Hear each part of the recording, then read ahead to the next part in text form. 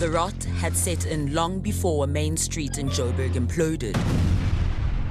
Substations explode. Collapsed roads are hazardous. There can be no water for days. 300 billion rand is needed to fix infrastructure, but the city's finances are precarious.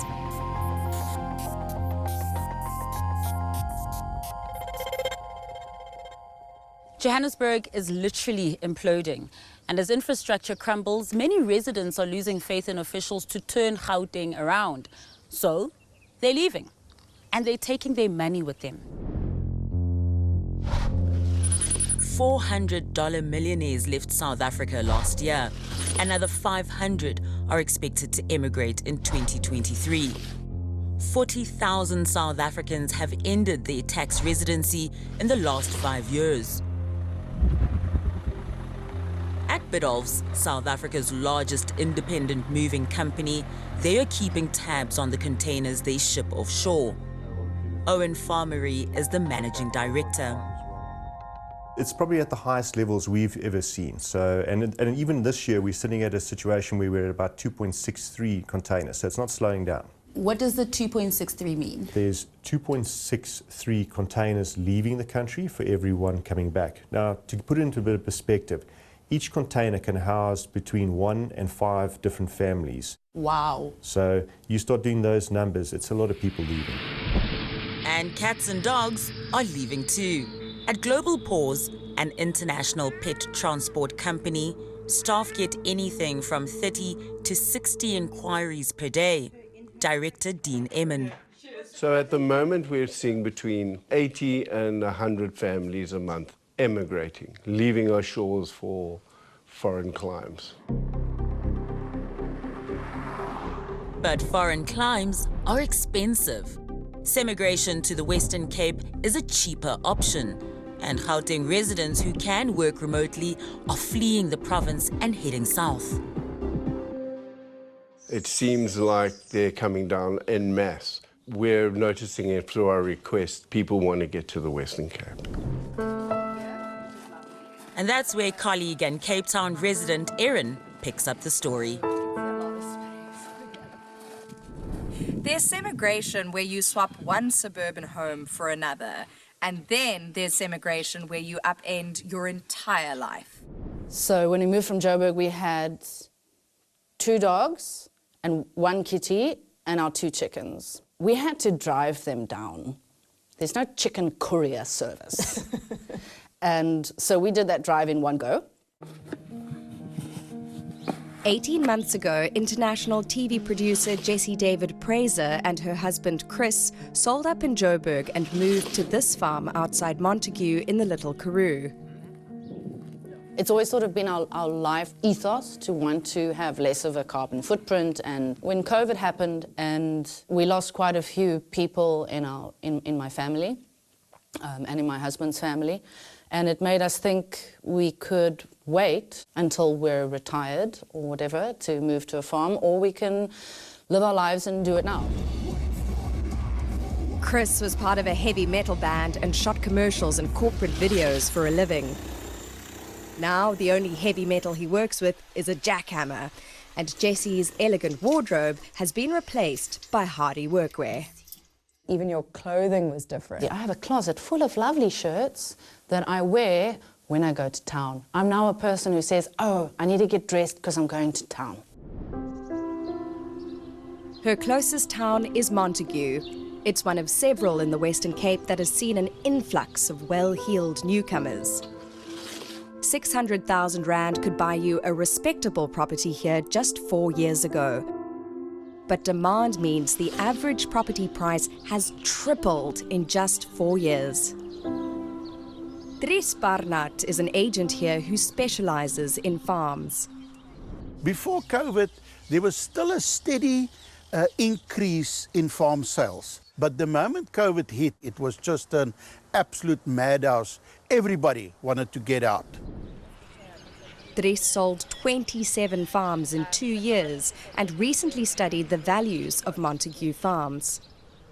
In my market, in Montague and surrounds, the capital growth is more than 22%. And what does that look like in hard numbers? If you buy now, Yeah. in 5 years' time, you sell for double. Fantastic for the area. Back in Gauteng, 𝗶𝗏𝗏 stats show that Gauteng residents are settling in towns from Plettenberg Bay across to Langebaan. In 2018, we were doing a total volume of all of our consignments coming out of Gauteng was going through to the Western Cape, and that percentage was sitting at about 19%. They compiled these graphs at our request. By the end of 22, we ended up on a total here of 30%. That is a 58% increase in total movements. In just 5 years. In just 5 years. Tanya Fourie sells properties in North Riding, Gauteng. She says in 17 years, she has never seen a market like this. The exodus has meant thousands of homes here are competing for buyers. If you're going to price a property in this market at fair market value, that's what we normally used to do. Fair market value, the property would move. You're not in the game. You have to price a property below fair market value. And the biggest driving factor of selling at the moment, doesn't matter what the property has, is price. In 10 years, according to published figures, the median price of a house in Joburg rose by 55.8%. Compared to Cape Town, where the average price rise is a whopping 161.5%. To illustrate, Tanya gave us a quick comparison. I can tell you now, if you're going to be buying in Joburg, you are going to get much more value for your buck. So just to give you a rough idea, this is one of our properties in North Riding. It's a 3.5 million rand property, right? It's a freestanding house. Under roof is 672 square meters, and it's a 7-bedroom property. So for 3.5 million rand, you can get a 7-bedroom, pretty much mansion. 100%. So we pulled something similar in the Cape. For 3.495, you're only going to get a 3-bedroom property, 1 garage, 198 square meter property. So in the Cape, you're paying a premium for clean governance and service delivery. Nationally, only 38 municipalities out of 257 achieved clean audits in the recent local government audit outcomes. 21 of those were in the Western Cape. People see the Western Cape as a place where there's still opportunities. Anton Bredell, the Western Cape MEC for Infrastructure, Environment and Planning, is a busy man. New cities will need to be built over the next 9 years. 850,000 people will move to the city of Cape Town. The population of Bloemfontein's mall is 900,000, so that's a Mangaung, Bloemfontein kind of city that the city of Cape Town need to build within the city. Schools, hospitals, water networks, roads, it's huge. His stats show that Stellenbosch, Montague, Hermanus, George, Mossel Bay, Swartland, Saldanha and Paarl will grow at around 4%. For a province short of water, this is a massive challenge. We understand that the 125,000 people moving to the Western Cape in 12 months, we need 25 million litres of extra water per day.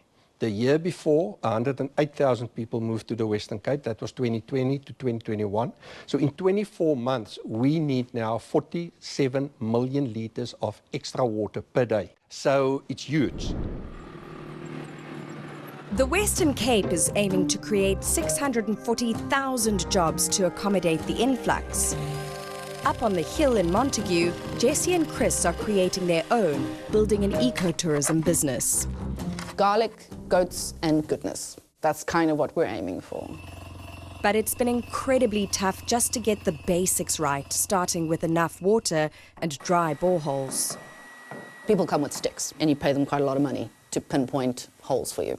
It was 222 meters deep and dry. So I sold my car to pay for that. When they did find water, it needed to be filtered, and then the pumps didn't work when there was load shedding, so they had to find funds for a solar system. So we were always going to go off-grid. That was the long-term plan. Having no water and no electricity, I'm like, okay, we might as well move back to Joburg. But it's like every stop on the road, there's been a curveball or an additional expense or a challenge. At what point do you go, this was a terrible idea? every 3 months. It's like quarterly. Generally, our rule is, oh, are you freaking out? And the money's going away and we don't know what we're doing and other.